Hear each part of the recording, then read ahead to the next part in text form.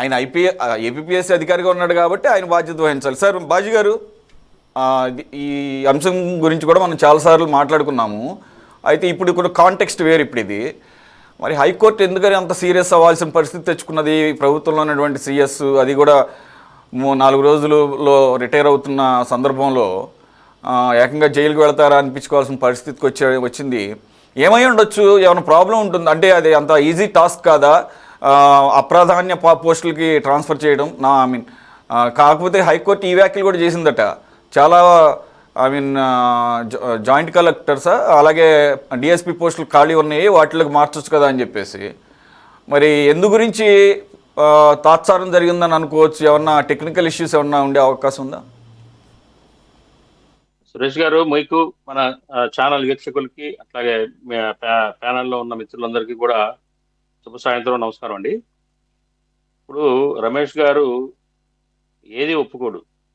ఆయన మరి YSR CP party ప్రభుత్వ ఆధ్వర్యంలో జరిగిన అనేక అవకతవకలు, అనేక రకమైన ఇలాంటివి ఏది కూడా జరగలేదు అని వితన్నంగా వాదిస్తాడు ఆయన. ఒకసారి దీంట్లోకి వెళ్తే అసలు మెయిన్ అసలు ఈ ఎవాల్యుయేషన్ అన్నది మరి స్ట్రాంగ్ రూముల నుంచి హాయ్లాండ్ కి స్క్రిప్ట్ పేపర్స్ ఎందుకు ట్రాన్స్ఫర్ చేయబడ్డాయి? ఇదే హైకోర్టు అప్పుడే క్వశ్చన్ చేసింది. ఎందుకు ఎందుకు ఆటో డ్రైవర్లు కూడా ఎవాల్యుయేట్ చేశారు. చదువు లేని వాళ్ళు, ఆటో డ్రైవర్లు, ప్రాపర్ క్వాలిఫికేషన్ లేని వాళ్ళు కూడా ఎవాల్యుయేట్ చేసే దుస్థితికి ఎందుకు వచ్చింది జగన్మోహన్ రెడ్డి గారి పరిపాలన హయాంలో అన్నది ఆ ప్రశ్న హైకోర్టు వేసిన దానికి సరిగ్గా సమాధానం లేదు. అలాగే అన్ని సక్రమంగా జరిగితే ఇంతవరకు ఎందుకు వస్తుందండి? సుప్రీంకోర్టు దాకా ఎందుకు వస్తుంది? సిట్ అవసరం ఏముంటుంది? అలాగే ఇవాళ తాజాగా మరి జ్యుడిషియరీ నుంచి ఒక కొద్ది రోజులు రిటైర్ కాబోయే ఒక చీఫ్ సెక్రటరీ మరి మందలింపుకు ఎందుకు గురి కావాల్సి వచ్చింది? తీవ్రమైన పదజాలంతో కోర్టు మందలింపుకు ఎందుకు గురి కావాల్సి వచ్చింది? న్యాయమూర్తులు అని పిచ్చోళ్ళ ఏమి జరగకుండానే ఊరికే అనేస్తారా, చెప్పేస్తారా? దాంట్లో అప్పట్లో చాలా దుమారం లేచింది దీని గురించి. 62% ఉత్తీర్ణతను చూపించారు, మాన్యువల్ గా ఎవాల్యుయేషన్ చేశారు, అర్హత లేని వాళ్ళు చేశారు, మ్యానిపులేషన్ జరిగింది అని స్వయంగా క్యాండిడేట్సే వెళ్ళారు కోర్టులకి. కోర్టులకు వెళ్ళి కోర్టుని ఆశ్రయించారు. కాబట్టి కాదు, సక్రమంగా జరిగిందని నిరూపించుకోవాల్సిన బాధ్యత అప్పటి బాధ్యులకు, అధికారులకు ఉంది. ఏమి జరగలేదనే ఒక మాటతో అయిపోతే ఎట్లా?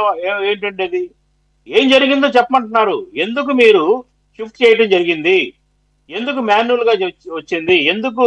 ఎందుకు ఆటో డ్రైవర్లు ఎవరు దొరకలేదా? ప్రొఫెసర్స్, క్వాలిఫైడ్ ప్రొఫెసర్స్ దొరకలేదా? ఎవరిని పడితే వాళ్ళతో ఎందుకు చేశారు ఇది అనేది కదా. ఇది ఎవరు ప్రతిపక్షం, అప్పటి ప్రతిపక్షం కానీ లేకపోతే వేరే కాదు, పౌర సంఘాలు కానీ అడగటంలా క్యాండిడేట్సే అడిగారు, క్యాండిడేట్సే గుర్తించారు ఈ జరుగుతున్న తంతంతా కూడా. అలాగే ఈవేళ కోర్టు మరి విజయానంద్ గారు చీఫ్ సెక్రటరీ అంటే చాలా ప్రథముడు, ముఖ్యమైన అధికారి. అలాంటి అధికారికి తెలీదండి ప్రాధాన్యత పోస్టులకి అప్రాధాన్యత పోస్టులకి డిఫరెన్స్ తెలీదా? ఎన్నో జీవోలు ఇచ్చిన అనుభవం ఉంటుంది ఈ రాష్ట్రంలో. పోనీ ఆయనకు అనుభవం లేకపోయినా కనీసం పాత జీవోలు కానీ పాత పోస్టింగ్ పద్ధతుల్లో కానీ తెలుస్తుంది. నార్మల్ కామన్ మ్యాన్ కూడా అర్థం చేసుకుంటాడు ఈ రాష్ట్రంలో ఉన్న పోస్టుల్లో ఏది ఆ ప్రాధాన్యత, ఏది అప్రాధాన్యత అనేది. కోర్టు ఏం డైరెక్షన్ ఇచ్చింది?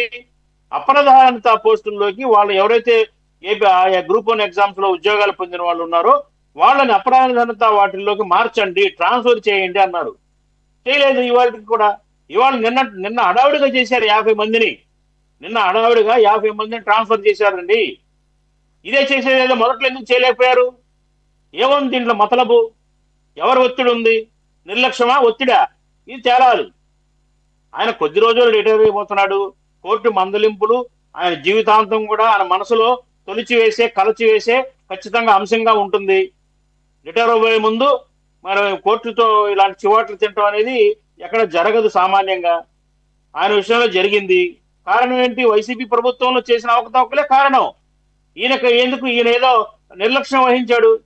ఏదైతే వెంటనే తక్షణం అంటే అర్థం తెలియదా అని కోర్టు అడిగింది.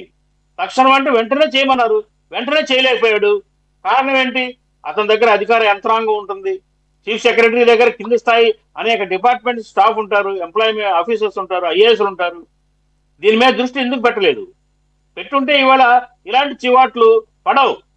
ఇవాళ చివాట్లు పెట్టినా, జైలు శిక్ష పడినా ఆయనకు వచ్చే రిటైర్మెంట్ బెనిఫిట్స్ ఏం పోవు అకార్డింగ్ టు ది రూల్స్. కానీ ఏంటంటే అతని జీవితంలో ఒక మాయన మచ్చగా మిగిలిపోతుందంటూ సందేహం లేదు.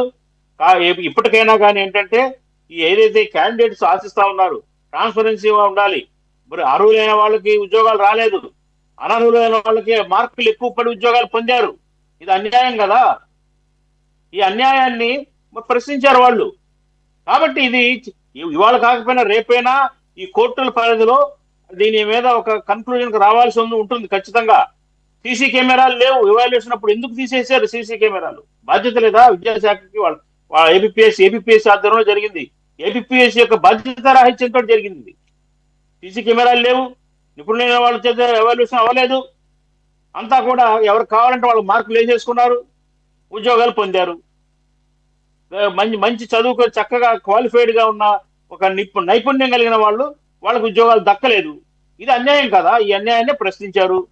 దీని మీద కోర్టుకు వెళ్ళి సిట్కి వెళ్ళారు, జరుగుతుంది. కోర్టు డైరెక్షన్స్ ఫాలో అవ్వాల్సిన బాధ్యత ఉంది. ఖచ్చితంగా విజయానంద్ గారు కోర్టు ధిక్కారం చేశారు. కోర్టు డైరెక్షన్ ఫాలో అవ్వాలి. ఎంత చీఫ్ సెక్రటరీ అయినా కానీ జ్యుడిషియరీ ముందు, కోర్టుల ముందు, న్యాయం ముందు సామాన్యుడే. అతను పాటించాల్సిందే. చాలా డివిజన్స్ ఉన్నాయి. ఆయన కోర్టు ధిక్కారం, అట్లాగే నిర్లక్ష్యం, అట్లాగే జవాబుదారీతనం లేకపోవటం. ఇవాళ ఆయన కోర్టు దగ్గర చెప్పింది కూడా మాకు ప్రాధాన్యత, అప్రాధాన్యత, ఫోకల్ అండ్ నాన్ ఫోకల్ తేడా తెలియదు అంటూ సిగ్గుచేటు. ఒక సీనియర్ ఐఏఎస్ అధికారి, రాష్ట్రానికి సుప్రీం అధికారి, మాకు స్పష్టత లేదనటం సిగ్గుచేటు. ఇంతకంటే సిగ్గుచేటు కాదా అని అడుగుతున్నాను. ప్రాధాన్యత అప్రాధాన్యతకి తెలీదా తేడా? తెలియకుండానే ఈయన చీఫ్ సెక్రటరీ స్థాయికి వచ్చాడా? కాబట్టి ఏంటంటే ఖచ్చితంగా విజయానంద్ గారి నిర్లక్ష్యం, ఆయన పారదర్శకంగా లేకపోవటం, కోర్టు అంటే ఒక పరిహాసంగా పరిగణించాడు అనుకుంటాను ఆయన. అందుకే తగిన మూల్యం చెల్లించుకున్నాడు. ఆయన జీవితంలో మచ్చగా కోర్టుతో చివాట్లు తిన్నాడు. ఇప్పుడు ఆ వేగాల మీద ఇప్పుడు మార్చుతున్నాడు, ఉద్యోగులను ట్రాన్స్ఫర్ చేస్తున్నాడు. కాబట్టి ఏంటంటే విజయానంద్ గారు దీంట్లో టోటల్ గా దోషి. అతను తప్పు ఉంది. అతను కోర్టు ధిక్కార స్వరం వినిపించాడు. అతను కరెక్ట్ గా ఫాలో అవ్వలేదు రూల్స్ ని. అతను కోర్టు ప్రశ్నించింది, నువ్వే ఫాలో అవ్వకపోతే ఇంక నీ కింద వాళ్ళు ఏం ఫాలో అవుతారని. సామాన్యులు ఏం ఫాలో అవుతారు? ప్రజలకు ఏం మెసేజ్ ఇచ్చాడు? డెఫినెట్ గా కోర్టు తీర్పుల్లో కానివ్వండి, జడ్జిల కామెంట్స్ లో కానివ్వండి, తప్పులు ఉండొచ్చు, ఒప్పులు ఉండొచ్చు. కానీ మనం ఎవరైనా కానీ పౌరులుగా, అధికారులుగా ఎవరైనా కానీ కోర్టులని ఫాలో అవ్వాల్సిందే. కోర్టు తీర్పుల్ని శిరసావహించాల్సిందే. కోర్టు ఆదేశాలని పాటించాల్సిందే. కరెక్ట్. ఖచ్చితంగా అది డివియేట్ అయ్యాడు విజయానంద్ గారు అనేది నా అభిప్రాయం. సురేష్ గారు. Right sir. విజయవాడ